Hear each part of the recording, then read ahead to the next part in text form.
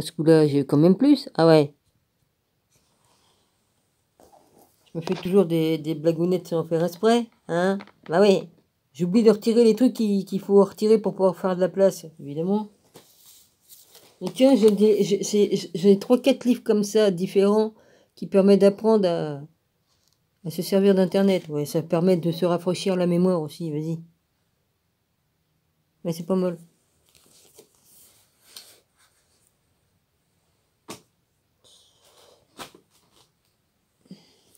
Est-ce que j'ai d'autres? Ça, faut que je retourne sur le livre de Jésus et son frère. Je vais retourner dessus. Ben, qu'est-ce qu'il y a d'autre? Ah oui, puis pour mes Schulz. Alors là, il me parle plus de mes Schulz, mais normalement, ils doivent me rembourser parce que s'ils ont, il va falloir que je regarde s'ils ont retiré l'argent là sur mon compte en banque, hein. Parce que c'est bien gentil, ils m'ont envoyé les papiers me disant ouais, c'est en rupture de stock, mais et puis après ils me disent qu'il faut que je téléphone pour commander une autre paire. Mais dis donc, faut que je vérifie tout ça, moi, hein. Je rigole pas moi avec ça, hein. Ils sont bien gentils. Bon. Puis là, il me renvoie du courrier en disant que, en me montrant d'autres chaussures et tout ça. Ah bah oui, ils sont bien gentils. Moi, j'ai fait les trucs les plus importants déjà. Ah oui, la taxe poubelle qui m'a coûté une fortune. Ouais. Ils ont dû me faire payer l'année. Ils ont dû me faire payer l'année d'un coup. Ouais. Vous trouvez ça c'est normal, vous, qu'on paye une taxe sur la poubelle alors qu'ils branlent rien? Enfin, si, je vais expliquer le truc mieux que ça. Le poubellier, il a bien un patron qui l'embauche et qui le paie. Ok? Il est bien payé pour le métier qu'il fait. Bon. Alors pourquoi qu'il faut qu'on paye une taxe sur la poubelle? C'est du vol. J'appelle ça du vol. Parce que on met les déchets dans la poubelle, on trie. Hein? On trie, ouais. À quoi que ça sert de trier? Comme tu mets les trucs avec le verre, les trucs avec le plastique, les trucs avec machin, les trucs avec les bidules. Qu'est-ce qu'ils font les camions? Une fois que t'as bien trié comme des cons, t'as passé ton temps à trier comme des connards qu'on est, parce qu'on est vraiment des débiles, on n'a rien compris au film. Ouais, tant qu'on n'a pas compris, ouais, on est con. Hein? J'ai vu. J'ai lu et j'ai vu. Qu'est-ce qu'ils font comme ils vont récupérer dans les différents bacs de différentes couleurs, les trucs où c'est qu'on a trié? Eh ben, il y a le camion qui passe, et puis qu'est-ce qu'il fait? Il vide n'importe, il remet tout dans un seul camion. À quoi que ça sert qu'on trie? Il remélange tout dans le même camion. Il remet tout. Il vide les différentes couleurs tout est mélangé. Il remélange tout dans le camion. À quoi que ça sert qu'on trie? C'est pourtant une grande vérité. Ils nous prennent vraiment pour des cons. On perd son temps à trier comme des cons. Et puis ça nous fait payer des taxes poubelles. Alors que les poubelliers sont payés du travail qu'ils font. Il faut qu'on paie en plus une taxe parce qu'on met nos poubelles dans les poubelles. Non mais c'est quoi ça? C'est encore du vol avec les propriétaires. Hein. C'est le propriétaire qui nous loue qui nous fait payer une taxe poubelle. Se foutent de notre gueule. Ça c'est sûr, ils nous prennent vraiment pour des... Non mais tout ça c'est une couillonnerie. Hein. On se fait baiser... Oh bon, tant pis je le dis, hein, on se fait baiser... Hein, de toutes les façons possibles. Hein. Moi j'ai le droit de me mettre en colère. Puis vous avez remarqué que tout coûte 3 fois plus cher ou même 4 fois et que les rouleaux de papier cul, de PQ si vous préférez, hein, ils ont fait le papier plus épais. Hein. Oh bah oui, oui, oui. Alors c'est plus épais, ça paraît plus gros, il y a plus de feuilles, soi-disant. Là, je vais mettre les deux là, même celui-là qui est aveugle. Même celui-là qui est aveugle, pardon. Hein? J'ai remarqué, ça fait des années, hein, que j'achetais du PQ, hein. Les rouleaux, ils étaient plus fins, plus costauds. Enfin, je veux dire, le papier était plus fin, plus costaud. Il y en avait plus sur le rouleau, hein. Ça te coûtait moins cher. Maintenant, le papier est plus épais, il y a moins de papier sur le rouleau. Il y en a de moins en moins et tu paies de plus en plus cher. Le savon liquide maintenant dans les pompes. J'en ai encore une que ça fait 10 ans que je l'ai. à peu près, je sais pas. Je dis 10 ans, j'exagère peut-être, mais bon, ça fait longtemps que je l'ai. Les pompes à savon liquide. Dedans, on mettait 1 demi-litre de savon. Ça te coûtait beaucoup moins cher. Hein? Maintenant, c'est 250 à 300 millilitres si c'est pas 200. Et tu as des recherches de 300 pour une bouteille de 200. 250, ouais. Ils se foutent de la gueule du monde. Maintenant, ça coûte encore plus cher. Et il y en a encore moins. Hein? On se fait pas baiser, peut-être. Ah bah oui, on se fait baiser. La preuve qu'on se fait baiser. Voilà, tout coûte de plus en plus cher et les tubes, ils rétrécissent. Et puis, les machins de lessive rétrécissent aussi. Hein. Ouais, enfin bref, tout rétrécit, mais les prix, ils augmentent. Hein? Vous avez remarqué dans les pots de moutarde ou dans les autres trucs? Hein? Les trucs ont diminué, mais ouais, enfin bref. Surtout, ils nous baissent surtout. Bah, je commence à en connaître un rayon, hein, depuis le temps. J'ai remarqué ça, je réfléchis, tiens. J'ai encore un machin de savon liquide lavande pour les mains, 500, 1 demi-millilitre. 1 demi-litre, pardon, excusez-moi. Après, il y avait 300 millilitres.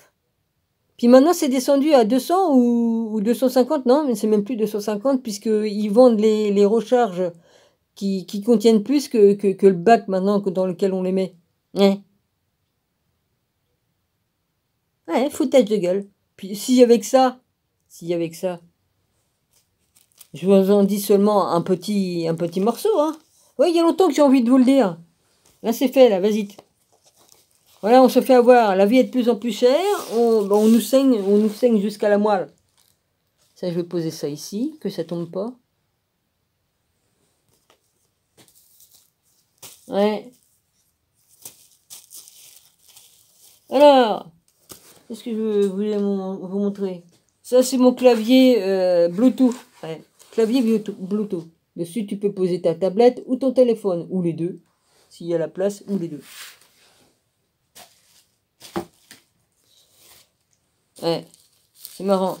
Ça, Ordissimo, j'ai aussi un téléphone Ordissimo, il y a longtemps que je l'ai, mais il est pas... Et j'avais aussi acheté une pomme, mais qui avait été... Oui, comme je dis une pomme, c'est la pomme, la marque pomme. J'avais acheté une pomme qui avait été reconditionnée, j'ai jamais pu faire vraiment fonctionner, enfin bref, pas comme il faut. Ah bah j'en ai des trucs, mais ça fonctionne pas. Ça veut pas prendre la Wi-Fi. Pourquoi? J'en sais rien. J'ai des anciennes cartes j'ai plein de puces de téléphone, mais ils veulent pas prendre. Voilà, et là c'est l'Ordissimo, pareil, la même marque. C'est une bonne marque, hein, et ça, c'est vachement bien. J'étais obligé de me racheter une tablette, donc je l'ai pris dans la même marque que j'avais pris le téléphone. Là, il fonctionnait le truc du téléphone, hein, mais la puce, elle veut plus rien entendre. Non, parce qu'il faut peut-être la réactiver, j'en sais rien, moi.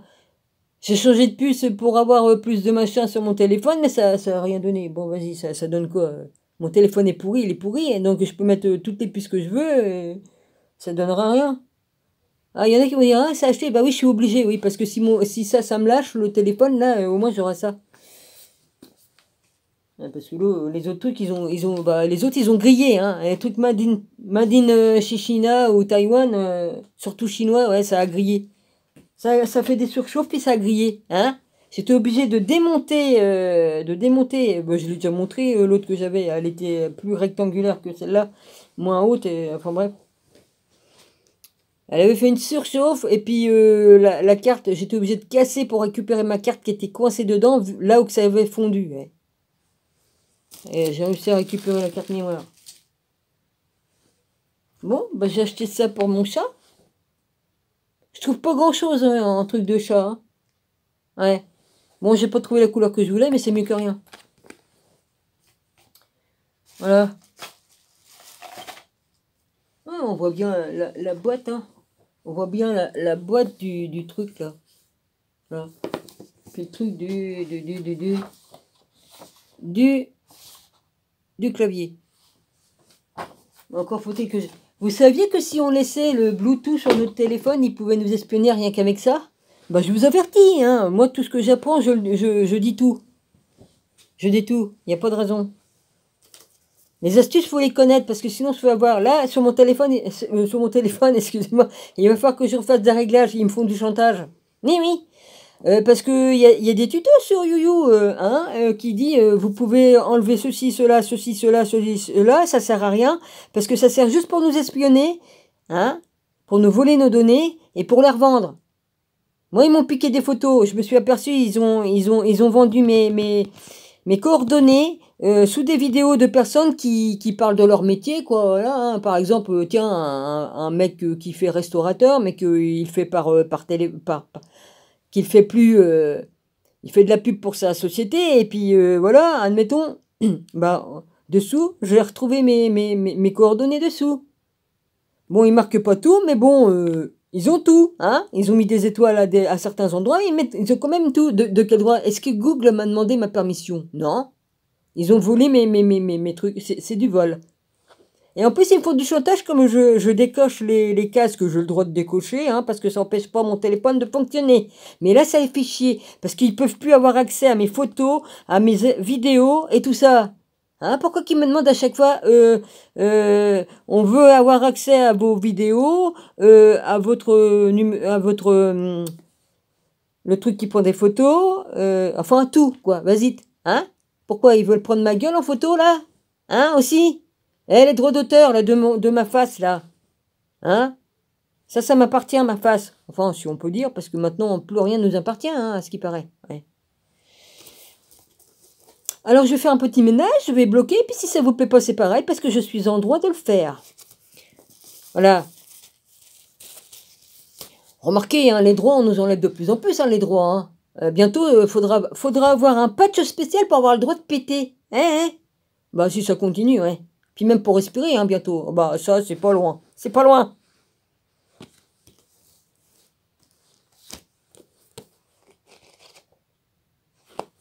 Ouais. Ah bah oui, vous avez votre passe. Bientôt, j'irai au magasin, on me dira, vous avez votre passe. Bah, je dirai rien, puis je ferai demi-tour, hein. Qu'est-ce que vous voulez que je dise? Les collabos, hein, comme en 39-45, hein, ça finira mal pour eux, hein. C'est quoi qu'il y a eu, le truc de Nuremberg? Ah ouais. Il y a eu le truc de Nuremberg, hein. Il y en a qui ont fini au bout d'une corde, hein. Ah bah oui, hein. Hein? Moi, je pense que j'ai vécu à cette époque-là. Oui, je me rappelle de mes vies passées. Putain d'enculé, vas-y. Je me rappelle. Hein. Je me rappelle comment j'ai fini. Dans plusieurs vies, ouais. Putain, et comme on se voit, ça fait bizarre quand même. Hein. Ouais, ça fait bizarre, comme tu te vois en train de te faire tuer, quoi. Bon, après ça va, on s'habitue, mais bon...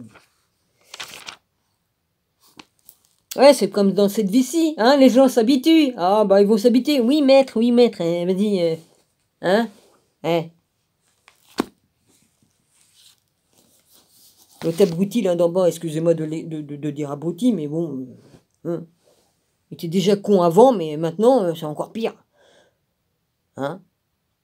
Alors, l'autre, il lit, faut ouvrir ses fenêtres toutes les 7 minutes pour respirer. Alors que dehors, il faut porter la muselière.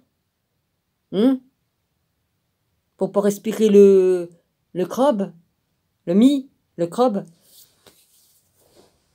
C'est bizarre quand même. L'air qui est dehors, si elle est contaminée, si elle rentre dans la maison, c'est pareil, non? Hein, nous prendre vraiment pour des cons, non, quand même. Pourquoi qu'ils veulent qu'on ouvre toutes les 7 minutes les trucs pour...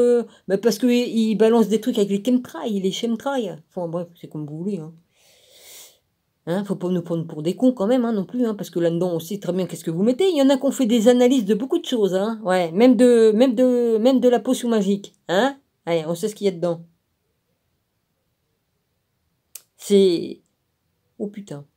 Bon, je vais pas le dire ici, hein, parce que je l'ai dit dans des écrits à certains endroits, mais dans ma vidéo, peut-être que ça craint, ça craint. Vous vous rappelez l'histoire hein? Du sang contaminé? Bon, je ne fais pas de dessin.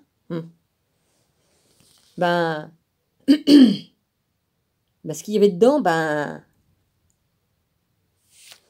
c'est dans la potion magique. Au bout d'une certaine fois, une dose, 2 doses, ben, vas-y, c'est dedans, vous l'avez.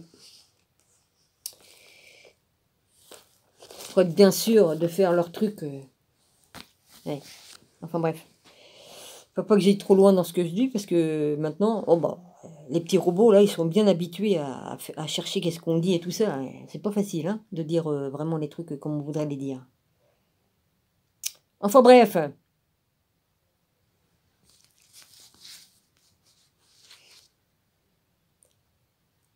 Ah oui, il faut surtout pas qu'on soit éveillé. Bah, manque de bol, les mecs, je suis né éveillé. Bah oui, enfant, j'étais déjà éveillé, donc, hein, par la grâce de Dieu, j'étais déjà éveillé. Donc je comprenais beaucoup de choses alors que j'aurais pas dû les comprendre. Oui, c'est comme ça, hein.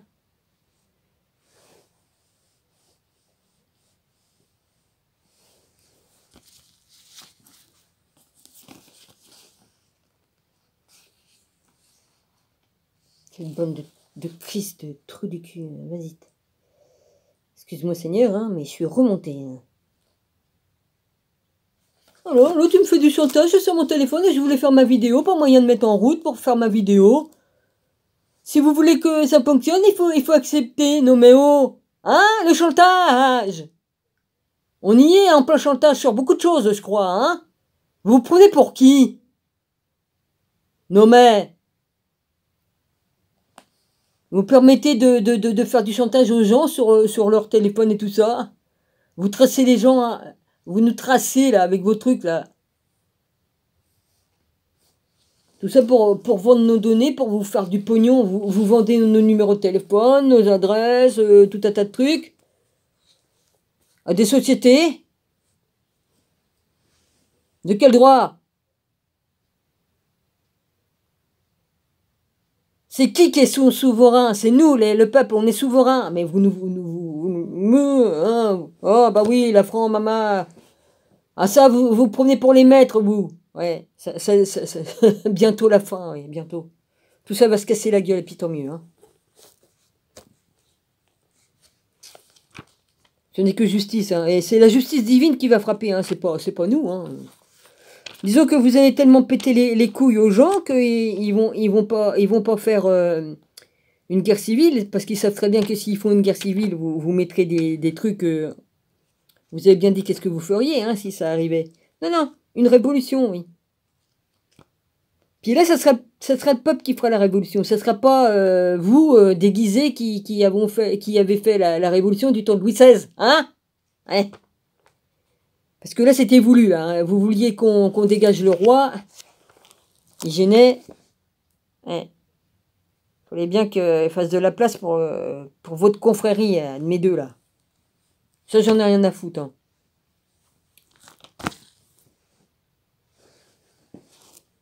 C'est votre religion, ça. Vas-y.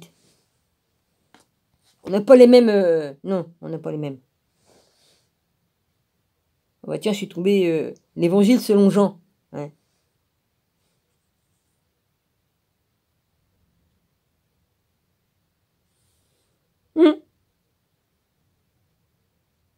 Ah, c'est marrant, ça. Hein. Bon, j'y vais, moi, un petit peu avec Jean, puis après, je vais aller sur un autre truc, et puis voilà, hein. On va faire comme ça. Ouais, Seigneur, bah dis donc, j'ai du boulot quand même, hein. J'ai pas mal de livres qui vont arriver si je les reçois, hein, parce que bon, vas-y. Normalement, je vais pas tarder à les recevoir, mes livres et tout ça. Je vais vous faire des vidéos.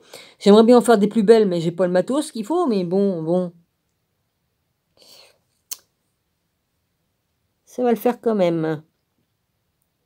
Alors, au commencement était la parole, et la parole était avec Dieu, et la parole était Dieu.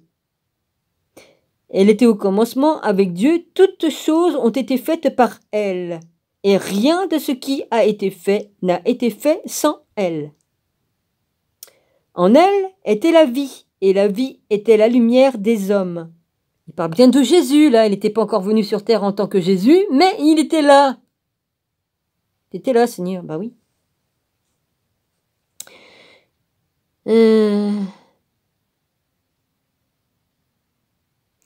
Alors, et elle était la vie. Et la vie était la lumière des hommes. Bah, la lumière des hommes, je suis la lumière du monde. Je suis la vie, je suis la vérité. Je suis l'alpha et l'oméga. Je suis le premier et le dernier. Donc, il parle bien de Jésus. Il y eut un homme envoyé de Dieu. Son nom était Jean, Jean le Baptiste, celui qui baptise d'eau. Il vint pour servir de témoin, pour rendre témoignage de la lumière, pour rendre témoignage sur Jésus-Christ. Il vint pour servir de témoin, pour rendre de témoignage à la lumière, afin que tous croient par lui. Il n'était pas la lumière, mais il parut pour rendre témoignage de la lumière, pour rendre témoignage de Jésus. Cette lumière était la véritable lumière qui, en venant dans le monde, éclaire tout homme. Elle était dans le monde, et le monde a été fait par elle, et le monde ne l'a point connue. Et venu chez les siens, et les siens ne l'ont pas reçu. Mais à tous ceux qui l'ont reçu, à ceux qui croient en son nom, elle a donné le pouvoir de devenir enfants de Dieu, lesquels sont nés non du sang, ni de la volonté de la chair, ni de la volonté de l'homme, mais de Dieu. 14. Numéro 14. Et la parole a été faite chair, et elle a habité parmi nous, pleine de grâce et de vérité. Ben oui, Dieu s'est fait chair dans le corps de Jésus-Christ. Il fallait bien qu'il ait un corps de chair pour pouvoir se balader sur la terre, sinon il aurait été que pur esprit. En vérité, Dieu est pur esprit, puisqu'on est fait à son image, on est pareil. Et pour nous aussi, il faut bien qu'on ait un corps de chair pour pouvoir se balader sur la terre, sinon on serait que pur esprit sur la terre et on serait plutôt dans la merde. Bref.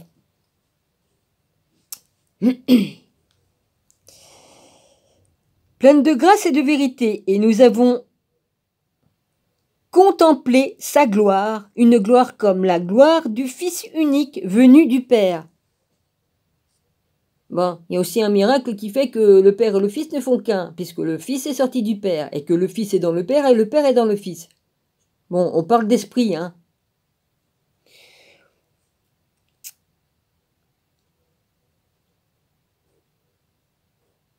Bon. Jean lui a rendu témoignage et s'est écrié, c'est celui dont j'ai dit, celui qui vient après moi m'a précédé car il était avant moi. Ben oui, Dieu était avant toute chose. C'est lui qui a créé toute chose. Donc il était là bien, ben oui, Car il était avant moi.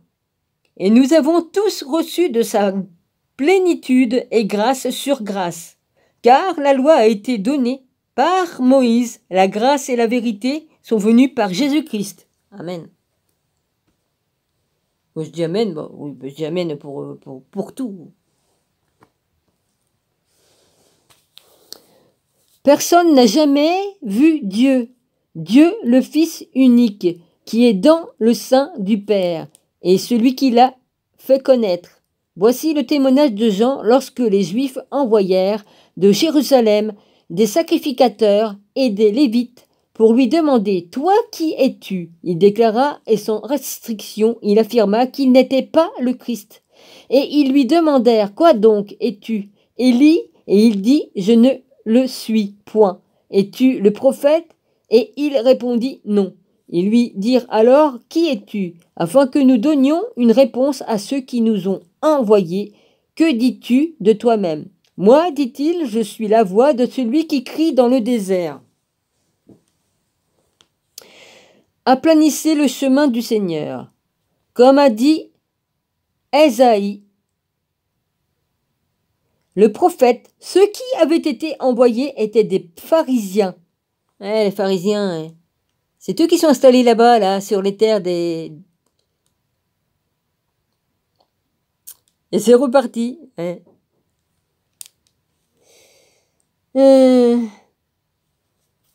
Bon, je l'ai dit l'autre coup, vous avez qu'à écouter mon avant-dernière, la vidéo avant celle-là, je le redis. Des Palestiniens, merci papa. Oh là là. Heureusement qu'il est là pour m'aider parce que franchement, voilà. Ils lui posèrent encore cette question. Pourquoi donc baptises-tu si tu n'es pas le Christ, ni Élie, ni le prophète? Jean leur répondit, moi je baptise d'eau, mais au milieu de vous, il y a quelqu'un que vous ne connaissez pas, qui vient après moi. Je suis pas digne de délier la courroie de ses souliers. Ces choses se passèrent à Béthanie, au-delà du Jourdain, où Jean baptisait. Le lendemain, il vit Jésus venant à lui et il dit, voici l'agneau de Dieu qui ôte le péché du monde. C'est celui dont j'ai dit, après moi vient un homme qui m'a précédé, mais il était avant moi. Je ne le connaissais pas, mais c'est afin qu'il soit manifesté à Israël. Je suis venu baptiser d'eau. Jean rendit ce témoignage. J'ai vu l'Esprit descendre du ciel comme une colombe et s'arrêter sur lui. Oh, je suis en train de lire sans loupe. Enfin, je peux pas le faire trop longtemps, mais je peux le faire. Si je peux... Écoutez, là, ça marche. Bon, j'ai vu l'Esprit descendre du ciel comme une colombe et s'arrêter sur lui.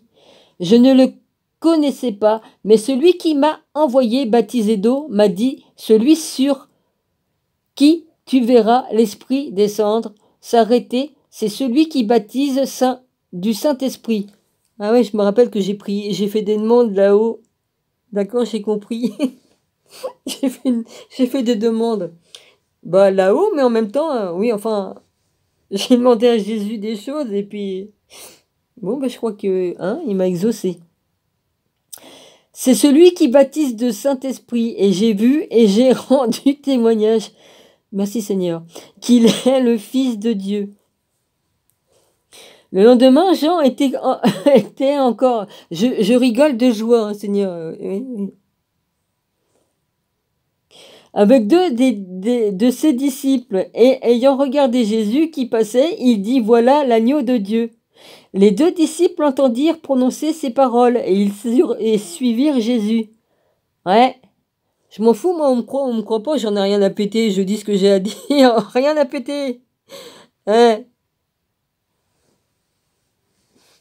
Voilà. Je dis ce qui est. De toute façon, Jésus a fait des miracles sur mon corps plus d'une fois. Il m'a guéri. Il m'a guéri de beaucoup de choses. J'étais 4 ans paralysé d'une jambe. C'est lui qui m'a guéri. C'est tout. Voilà. Il n'a pas fait que ça comme miracle. Alors Jésus se retourna et voyant qu'ils le suivaient, il leur dit que cherchez-vous.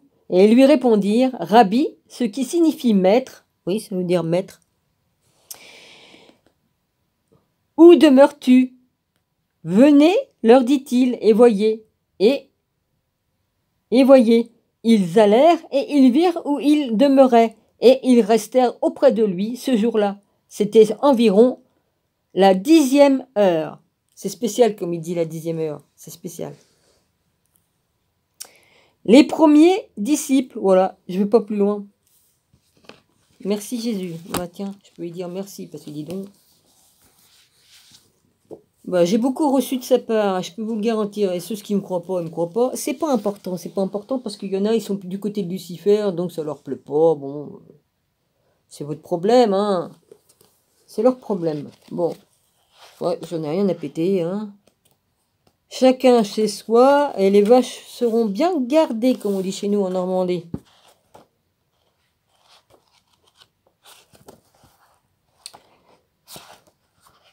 Ouais, j'aurais peut-être des choses à dire, mais je ne dirai rien, parce qu'il ne faut pas nourrir la bête, donc je laisse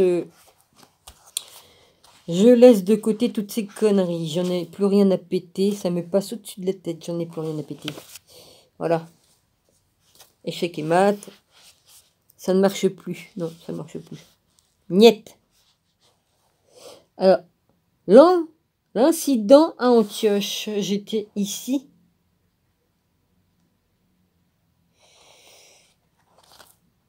Parce qu'il y a une croix ici, tout ça, et ça s'arrêtait ici, alors, sur la nature de l'église de Jérusalem.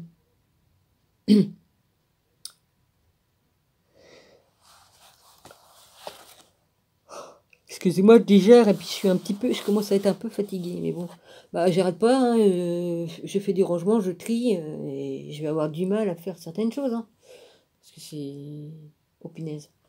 Surtout ce que je veux faire, hein, ouais, ça va être pas facile, mais je vais y arriver. Comme on veut, on peut, même si on peut pas. Oui, bah, enfin bref. Oui, enfin, je me comprends. Non, parce que c'est pas facile de bouger les meubles de l'autre côté, là, dans la chambre, là. Hein. Hey, il faut que je vide tout pour faire de la place pour pousser le lit. Et après, mettre le lit autrement. Et puis après, je vais désosser tout ça, je fous tout ça en l'air. Parce que déjà, je le vendrai pas, parce que dans l'état que le lit y est, mon pauvre Gilles, bah, il perdait de l'eau par les jambes et tout ça. Donc le lit, il n'est pas en état, hein. Je peux pas le vendre, de toute façon, je le vendrai pas. Il s'est imprégné de toutes les souffrances de Gilles dedans. Personne n'ira dedans. Moi, j'y vais même pas. Moi, non, je pourrais pas dormir dedans. Sinon, il est bien. Hein, il est bien comme lit, mais bon. Et comme je veux pas déménager le truc là, je m'en fous. Je vais démonter. Je vais scier s'il faut, mais je vais me débattre parce que je peux pas le porter. C'est pas possible. Je peux pas porter ça puis le mettre là-haut. Je peux pas. Donc, je vais désosser ça. Et puis, bye bye. Ça va me faire de la place de l'autre côté. Et puis je vais pouvoir placer les trucs comme je veux. Comme ça, je vais pouvoir faire plus de place. Là, j'en ai marre. Parce que l'autre côté, je me pèle le cul. Par là, je me pèle le cul aussi. Mais bon, je vais essayer de faire un système de rideau ou je sais pas quoi. Je sais pas comment je vais faire. Ou je vais m'acheter un truc quechua et je vais être comme dans une toile de tente, mais dans ma maison. Et puis, pour dormir, j'aurai pas froid. Je ne sais pas. Je vais voir. Je vais voir. Parce que j'en ai marre de me peler le cul. Et il faut voir les grosses crises d'allergie que j'ai à cause de ce con là en bas. De toute façon, il en fait exprès parce que ouais, j'ai trop expliqué tout ce qu'il faisait. Puis il lui dit, ah, c'est pas possible, c'est une sorcière. Non, je suis pas une sorcière. Je suis juste éveillé et je vois les choses. Hein, troisième œil, on voit bien. Hein, puis même sans ça, les trucs sensoriels, tout ça, super développé et tout.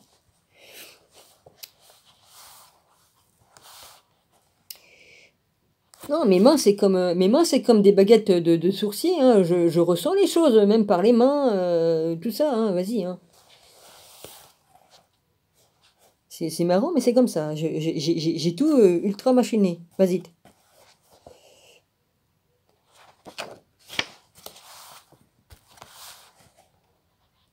C'était déjà comme ça enfant, donc je vois pas pourquoi que ça changerait. Hein.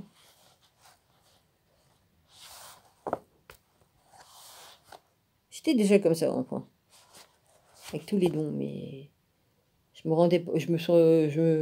rendais pas compte que c'était des dons. Pour moi, c'était naturel. Enfin, oui, c'est naturel quand même. Mais j'ai quand même reçu des dons. Voilà, de toute façon. Voilà. Alors, l'accident d'Antioche, ça va jusqu'à où? Jusqu'à la page 108. Bon, bah j'y vais, moi. L'autre, je ne sais pas si je l'avais terminé parce que c'était arrêté. C'était arrêté. Pourquoi Paul n'a-t-il pas cité le décret Walter Schmittals a résumé la connaissance sur cette question à la moitié du siècle et son évaluation reste vraie aujourd'hui. Ben, je vais vous le finir ça parce que bah oui, parce que c'est un peu con quand même de pas le finir. Alors, après c'est marqué, la plupart des commentateurs aujourd'hui supposent que le décret apostolique est apparu après l'incident à Antioche et était conseillé par les chrétiens juifs pour les chrétiens gentils. Dans le peu Dans le peut trouver la preuve de ceci dans l'événement que Paul décrit ensuite dans le chapitre 2 de l'Épître aux Galates. Une crise majeure et curieusement n'est pas mentionnée dans les Actes des Apôtres, dans lequel Pierre et Paul en sont presque venus aux mains. Oui, ça c'est marqué dans les trucs de Nag Hammadi, je crois. Ou je crois. Et puis aussi dans, dans les livres que j'ai lus là, des chevaliers. Ouais, les trucs des Templiers. L'incident à Antioche. Là, maintenant, je repars sur un nouveau truc que je vous avais pas mis. Bon, voilà. Non, parce que j'ai pas l'impression que j'avais fini ce livre-là. Hein. Enfin, je me rappelle pas. Hein, vite. Hein. Nous connaissons l'incident à Antioche uniquement par Paul. Luc n'a peut-être pas voulu inclure cet exposé dans son histoire de l'Église parce qu'un conflit sérieux entre les dirigeants de l'Église perturbait son désir de représenter une communauté harmonieuse. Le compte-rendu d'une honnêteté brutale dans le chapitre 2 de l'Épître aux Galates dément d'autant plus le tableau réidéalisé de Luc. Notez bien les implications de la référence à Jacques faite à Paul. Bon, là, c'est écrit un peu plus petit. Alors, mais quand Céphas vint à Antioche, je lui résistais en face parce qu'il s'était donné tort. Numéro 12. En effet, avant l'arrivée de certains gens de l'entourage de Jacques, il prenait ses repas avec les païens. Mais quand ces gens arrivèrent, on le vit se dérober et se tenir à l'écart par peur des circoncis. Numéro 13. Et les autres juifs l'imitèrent dans sa dissimulation, au point d'entraîner Barnabé lui-même à dissimuler avec eux. Numéro 14. Mais quand je vis qu'il ne marchait pas droit, selon la vérité de l'Évangile, je dis à Céphas devant tout le monde, si toi qui es juif, tu vis comme les païens, et non à la juive, comment peux-tu contraindre les païens à judéaiser? Judéaiser, oui c'est ça. C'est un des passages les plus révélateurs du Nouveau Testament, parce qu'il nous apprend sur la composition et les croyances de ce que nous appelons la première Église.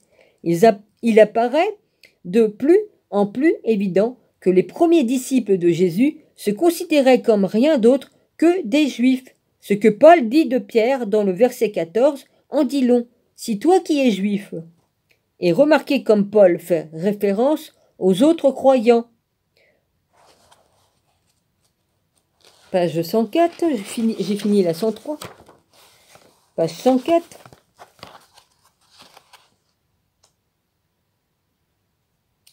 Alors j'ai lu un extrait de la Bible et maintenant je suis dans le frère de Jésus et les enseignements perdus du christianisme. Ok. Merde, j'en suis 12. Ouais, c'est là. Alors, attends, faut que je reprenne la... Et remarquez comme Paul fait référence aux autres croyants dans... Voilà, et je cherchais la phrase, moi.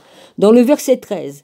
Et les autres juifs l'imitèrent. Manifestement, Pierre et eux se considérèrent encore comme des juifs. En effet, les actes eux-mêmes disent que les disciples de Jésus n'ont pas été appelés chrétiens pendant plusieurs années après la mort de Jésus.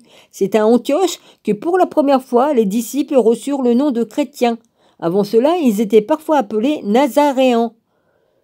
Une désignation aux ramifications importantes que nous examinerons plus tard. Le fait qu'ils soient appelés Nazaréens, en grec Nazoréens, peut bien suggérer leur profond judaïté, car comme nous le verrons dans le chapitre suivant, Nazaréen peut être un terme qui les associe avec le groupe juif ascétique,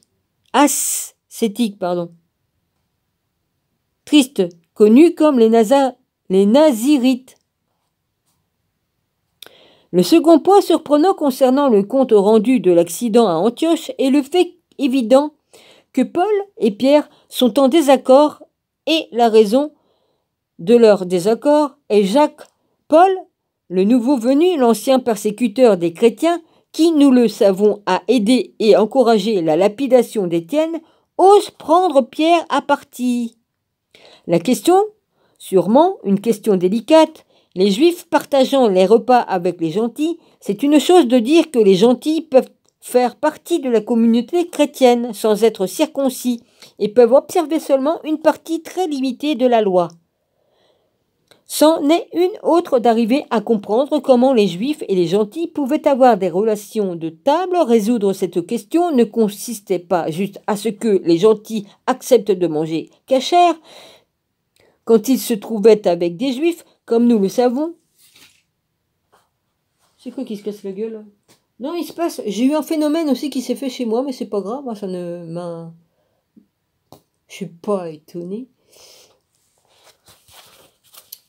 Mon voisin, il amène des entités chez lui, donc il se balade. Hein. Ouais. Alors, comme nous le savons, avec les ennuis que Jésus s'attirait souvent, en aucun cas, j'ai l'Esprit Saint qui arrive sur moi. Là, c'est ouh la vache, je brûle. Ça me fait à chaque fois que j'ai des choses à dire et tout ça. Et comme je prêche, ça le fait. Comme je prêche, je lis la parole, ça le fait beaucoup, beaucoup, beaucoup, beaucoup. En aucun cas, les Juifs n'étaient autorisés à partager leur repas avec les gentils. Les gentils étaient impurs, selon la loi mosaïque. Cependant, Pierre suivait apparemment la pratique de Jésus. Cependant, Pierre suivait apparemment la pratique de Jésus. N'avait pas de problème et s'asseoir et rompre le pain avec les convertis non-juifs. La clé est ce qui nous concerne est le rôle de Jacques dans cette affaire. Là, j'ai le cœur qui brûle. Ouais, j'ai le feu ardent dans le cœur. Ouais. Et ça fait des années que ça me le fait. Hein. Prenant les paroles de Paul au pied à la lettre, une délégation envoyée de Jérusalem par Jacques a poussé non seulement Pierre, mais le proche compagnon de Paul, Barnabé, a arrêté de partager le repas avec les gentils. Et Paul réagit énergiquement. Je ne suis pas la seule à être végétarienne. Jésus aussi.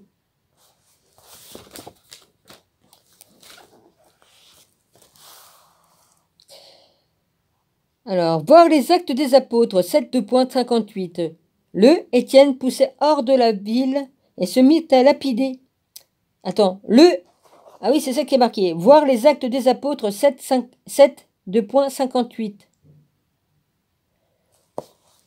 Hein?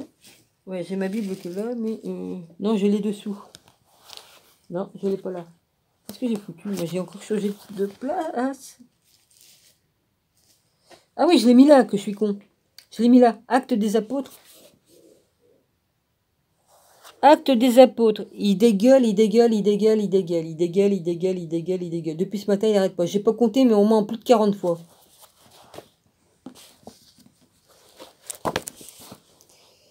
Actes des apôtres. Bah, c'est chiant parce qu'à chaque fois, il ouvre les fenêtres. Et je me pèle le cul. Bah, il veut pas laisser d'odeur. Hein. De toute façon, qu'il laisse pas d'odeur ou pas, son foie, il dégage. Hein. Comme tu picoles comme ça, tu as le foie qui dégage l'odeur hein, d'alcoolique. Hein. Excusez-moi, hein, j'en sais quelque chose. Hein. Dans ma famille, il y en a eu. Hein. Bon. Il y a une odeur de mort dans les chambres des... Ça dégage le foie pourri, quoi. Le foie est pourri par la coin. Ça dégage une odeur de... Ouais, de décomposition. Bah, faut bien dire ce qui est dit. Hein. Faut dire la vérité, je l'ai dit. Alors, les actes... Ouais, Dominique, prends de l'autre côté, s'il te plaît. Ouais, je me dis s'il te plaît à moi-même. On va dire elle est cinglée. Non, j'en ai rien à foutre. J'en ai rien à foutre. Alors...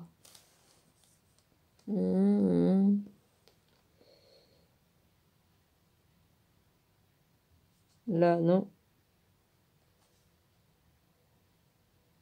C'est pas de ce côté-là que tu vas le trouver, Dominique. Non. On est en train de te le dire, alors pourquoi tu n'écoutes pas? On me le dit et j'écoute pas. Hein? Ouais.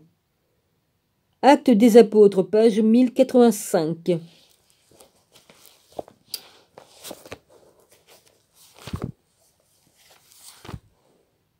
Oh, j'ai tourné une épaisseur de page comme ça, je tombe exactement dessus. Faut le faire. Alors après, c'est le numéro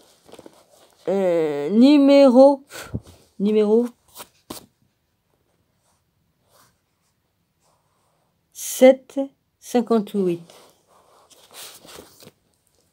758. Ok.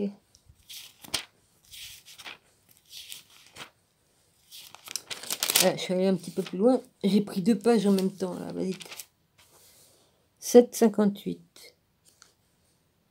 Alors là, 49, 54, 54, 58. Bon, je prends quand même ma loupe parce que là...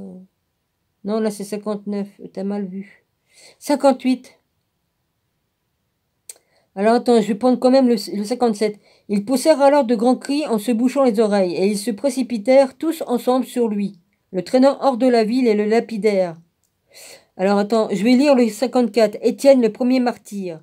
54. En entendant ces paroles, ils étaient furieux dans leur cœur, et ils grincèrent des dents contre lui. Mais Étienne, rempli de Saint-Esprit, et fixant les regards vers le ciel, vit la gloire de Dieu et Jésus debout à la droite de Dieu. Et il dit, voici, je vois les cieux ouverts et le Fils de l'homme debout à la droite de Dieu. Ils poussèrent alors de grands cris en se bouchant les oreilles, et ils se précipitèrent tous ensemble sur lui, le traînant hors de la ville, et le lapidèrent. Les témoins déposèrent leurs vêtements aux pieds d'un jeune homme nommé Saul, et ils le lapidèrent. Étienne qui priait et disait, Seigneur Jésus, reçois mon esprit. Puis, s'étant mis à genoux, il s'écria d'une voix forte, Seigneur, ne leur impute pas ce péché. Et après ces paroles, il s'endormit. Persécution de l'Église. Saul avait approuvé le meurtre d'Étienne. Il y eut ce jour-là une grande persécution contre l'Église de Jérusalem, et tous, excepté les apôtres, se dispersèrent dans les contrées de la Judée et de la Samarie. Des hommes pieux ensevelirent Étienne et le pleurèrent à grand bruit. Saul, de son côté, ravageait l'Église, pénétrant dans les maisons. Il en arrachait hommes et femmes, et les faisait jeter en prison. Ceux qui avaient été dispersés allaient de lieu en lieu, annonçant la bonne nouvelle de la parole. Ministère de Philippe en Samarie, Simon le magicien. Ouais, le magicien, il faisait des miracles. Ministère de Philippe en Samarie, Simon le magicien. Philippe étant descendu dans la ville de Samarie, y prêchait le Christ. Les foules tout entières étaient attentives à ce que disait Philippe. Lorsqu'elles apprirent et virent les miracles qu'il faisait, car des esprits impurs sortirent de plusieurs démoniaques. Oh ben, je crois que j'ai du boulot à faire avec celui-là d'en bas. Il a une légion. Il a une légion. En poussant de grands cris, et beaucoup de paralytiques et de boiteux furent guéris, et il y eut une grande joie dans cette ville. Il y avait auparavant dans la ville un homme nommé Simon qui se donnant pour un personnage important, exerçait la magie et provoquait l'étonnement du peuple de la Samarie. Tous, depuis le plus petit jusqu'au plus grand, l'écoutaient attentivement. Il disait, celui-ci est la puissance de Dieu, celle qui s'appelle la grande. Ils l'écoutaient attentivement parce qu'il les avait longtemps étonnés par ses actes de magie. Mais quand ils eurent cru à Philippe qui leur annonçait la bonne nouvelle du royaume de Dieu et du nom de Jésus-Christ, l'homme, femmes se firent baptiser. Hommes et femmes se firent baptiser. Simon lui-même crut, et après avoir été baptisé, il ne quittait plus Philippe, et il voyait avec étonnement les miracles et les grands prodiges qui s'opéraient. Jésus l'a bien dit, vous ferez des prodiges, vous ferez des miracles plus grands que les miens. Si vous dites à cette montagne de se déplacer, elle se déplacera. Si vous avez la foi et tout ça. Les apôtres qui étaient à Jérusalem, ayant appris par que la Samarie avait reçu la parole de Dieu, y envoyèrent Pierre et Jean. Ceux-ci arrivèrent chez les Samaritains, prièrent pour eux, afin qu'ils reçoivent le Saint-Esprit, car il n'était encore descendu sur aucun d'eux. Il avait seulement été baptisé au nom de Jésus. au nom du Seigneur Jésus. » Alors Pierre et Jean leur imposèrent les mains, et ils reçurent le Saint-Esprit. Lorsque Simon vit que le Saint-Esprit était donné par l'imposition des mains des apôtres, il leur offrit de l'argent, en disant « Accordez-moi aussi ce pouvoir, afin que celui qui a à part... » Excusez-moi, je suis bloqué. J'ai des problèmes de digestion. Excusez-moi. Lorsque Simon vit que le Saint-Esprit était donné par l'imposition des mains des apôtres, il leur offrit de l'argent en disant « Accordez-moi aussi ce pouvoir, afin que celui à qui j'imposerai les mains reçoive le Saint-Esprit. » Mais Pierre lui dit « Que ton argent périsse avec toi, puisque tu as cru que le don de Dieu s'acquérait à prix d'argent, il n'y a pour toi ni part ni lot dans cette affaire, car ton cœur n'est pas droit devant Dieu.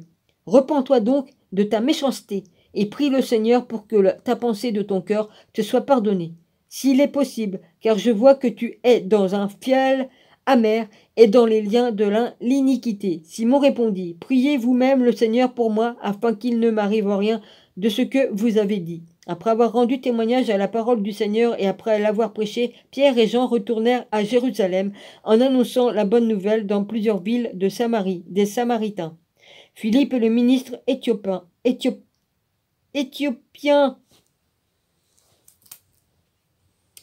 Un ange du Seigneur s'adresse à Philippe et lui dit « Lève-toi et va du côté du midi sur le chemin qui descend de Jérusalem à Gaza, celui qui est désert. » Il se leva et partit, et voici un Éthiopien, un eunuque, ministre de Candace, reine d'Éthiopie. Oh, je connais l'histoire. Je connais.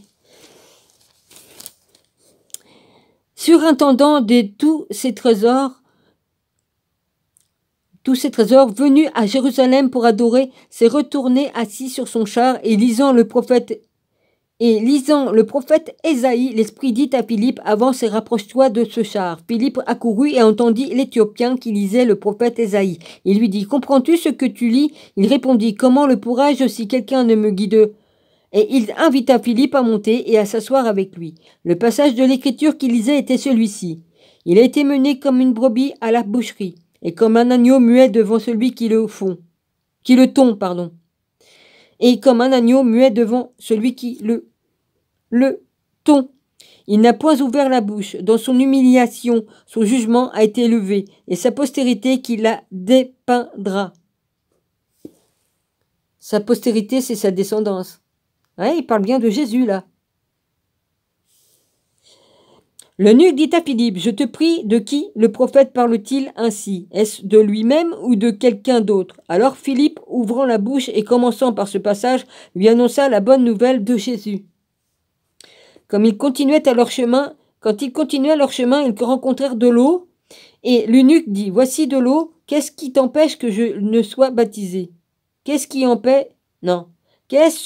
empêche que je sois baptisé? Philippe dit, « Si tu crois de tout ton cœur, cela est possible. » L'eunuque répondit, « Je crois que Jésus-Christ est le Fils de Dieu. » Il fit arrêter le char. Philippe et l'eunuque descendirent tous deux dans l'eau, et Philippe baptisa l'eunuque. Quand ils furent sortis de l'eau, l'Esprit du Seigneur enleva Philippe, et l'eunuque ne le vit plus. Tandis que, joyeux, il poursuivit sa route. Philippe se trouva dans Azote. Ça se prononce comme ça, A-Z-O-T, Azo ou Azote. D'où il alla jusqu'à Césarée, en évangélisant toutes les villes par lesquelles il passait. Conversion de Saul. Azote, Asdod, anciennement l'une des 5 villes de Philippe, des Philistins. Josué 13.3. Oui, G-O-S, ça veut dire je suis. De la nouvelle doctrine, littérature de la voie du chemin. Jean 14.6. Tes saints, c'est ici le premier passage du NT, d'où terme saint. C-A-D, consacré à Dieu et employé pour désigner les disciples de Jésus, les chrétiens. CP 1 Corinthiens 1, 2.2. Poursuivant sa route, Philippe, je l'ai lu ça? Ouais, conversion de Saul. Cependant, Saul respirant entre Respirant encore la menace et le meurtre contre les disciples du Seigneur, se rendit chez le souverain sacrificateur et lui demanda des lettres pour les synagogues de Damas, afin, s'il trouvait des partisans de la nouvelle doctrine, hommes ou femmes, il les amène liés à Jérusalem. Comme il était en chemin et qu'il approchait de Damas, tout à coup une lumière venant du ciel resplendit autour de lui. Il tomba par terre et il entendit une voix qui lui disait « Saul, Saul, pourquoi me persécutes-tu » Il répondit « Qui es-tu, Seigneur » Et le Seigneur dit « Je suis Jésus que tu persécutes. Il te serait dur de regimber contre les aiguillons. » Tremblant et saisi d'effroi, il dit « Seigneur, que veux-tu que je fasse » Et le Seigneur lui dit « Lève-toi, entre dans la ville, et on te dira ce que tu dois faire. » Les hommes qui l'accompagnèrent demeurèrent stupéfaits. Ils entendaient bien la voix, mais ils ne voyaient personne. Saul se releva de terre, et quoique ses yeux soient ouverts, il ne voyait rien. On le prit par la main, et on le conduisit à Damas. Il resta 3 jours sans voir, et il ne mangea ni ne but. Or, il y avait à Damas un disciple nommé Ananias. Le Seigneur lui dit, dans une vision, Ananias, il répondit, « Me voici, Seigneur. » Et le Seigneur lui dit, « Lève-toi, va dans la rue qu'on appelle la droite et cherche dans la maison de Judas un nommé Saul de Tars. » Car il prit et il a vu en vision un homme du nom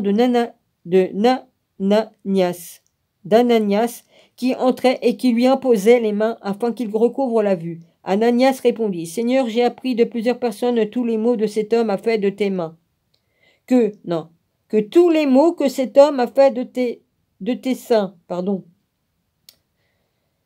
Et là, j'ai pris la loupe et je dis n'importe quoi. Vas-y. Dans Jérusalem, il y a ici des pouvoirs de la part, et il a ici des pouvoirs de la part des principaux sacrificateurs pour lier tous ceux qui invoquent ton nom. Mais le Seigneur lui dit, « Va, car cet homme est un instrument que j'ai choisi pour porter mon nom devant les nations, devant les rois et devant les fils d'Israël, et je lui montrerai tout ce qu'il doit souffrir pour mon nom. » Ananias sortit, et lorsqu'il fut arrivé dans la maison, il imposa les mains à Saul en disant, « Saul, mon frère, le Seigneur Jésus qui t'est apparu sur le chemin par lequel tu venais, m'a envoyé pour que tu recouvres la vue et que tu sois rempli du Saint-Esprit. » Au même instant, il tomba de ses yeux comme des écailles, et il recouvrit la vue. Il recouvra la vue. Il se leva et fut baptisé. Et après qu'il eut pris de la nourriture, les forces lui revinrent. Saul resta quelques jours avec les disciples qui étaient à Damas. Et aussitôt il prêcha dans les synagogues que Jésus est le Fils de Dieu. Tous ceux qui l'entendaient étaient dans l'étonnement et disaient, « N'est-ce pas celui qui persécutait à Jérusalem ceux qui invoquent ce nom ?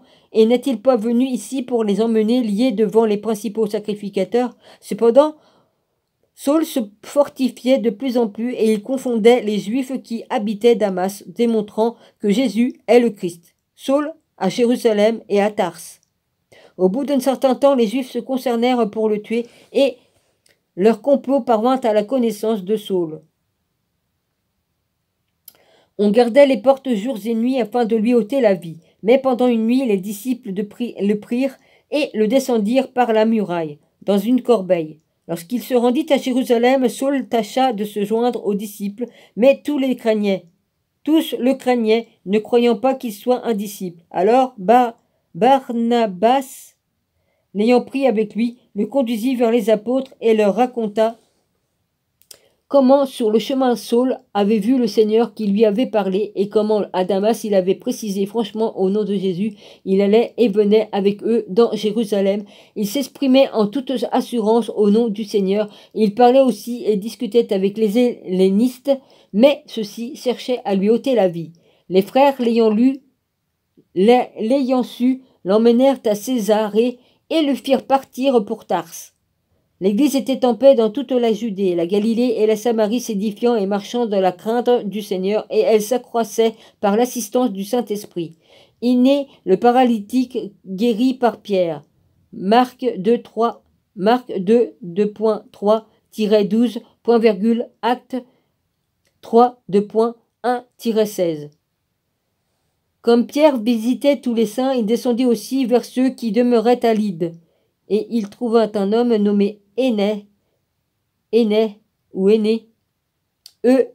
N et E, couché sur un lit depuis 8 ans et paralytique. Pierre lui dit, Iné, Jésus-Christ te guérit, lève-toi et arrange ton lit. Et aussitôt il se leva. Tous les habitants de Lyde et du Saron le virent, et ils se convertirent au Seigneur. Dorcas ressuscité par Pierre. Luc 7, 2.11-17, 1 Roi 17, 2.17, 24.2 Roi 4, 2.18, 37, Acte 20, 2.7-12. Il avait à choper parmi les disciples une femme nommée Tabitha, ce qui signifie Dorcas. Elle faisait beaucoup de bonnes œuvres et d'aumônes. Elle tomba malade en ce temps-là et mourut après l'avoir lâchée. On la déposa dans une chambre autre comme Lyde et près de Jopé. Les disciples avaient appris que Pierre s'y trouvait, envoyé 2 hommes vers lui pour le prier de venir chez eux sans tarder. Pierre se leva et partit avec ces hommes. Lorsqu'il fut arrivé, on le conduisit dans la chambre haute. Tous les veuves l'entourèrent, en pleurant, en lui montrant les lumières et les vêtements que faisait Dorcas pendant qu'elle était avec elle. Pierre fit sortir tout le monde, se mit à genoux et pria. Puis se tournant vers le corps, il dit, Tabitha, lève-toi. Elle ouvrit les yeux, et ayant vu Pierre, j'ai pas tardé à m'endormir, là, je fais une sortie, là. Ouais, je suis en train de sortir de... Elle s'assit et lui donna la main et la fit lever. Il appela ensuite les saints et les veuves et leur présenta vivantes. Cela fut connu de tout Jopé et beaucoup crurent au Seigneur. Pierre demeura quelque temps à Jopé chez un nettoyeur nommé Simon. Un corroyeur. Pourquoi un nettoyeur? L'évangile parvint aux païens. Voilà. Page de la Bible. 1098, acte 9,10. Voilà.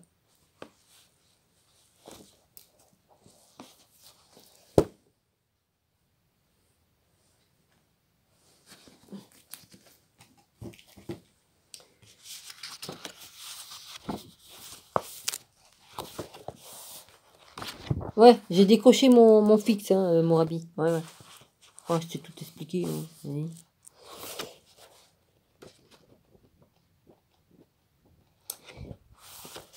Alors, si on essaye de m'appeler sur mon fixe, ça marche plus. Hein. J'ai retiré. Voilà. Alors, j'en ai plus deux. Hein. Ouais, la page.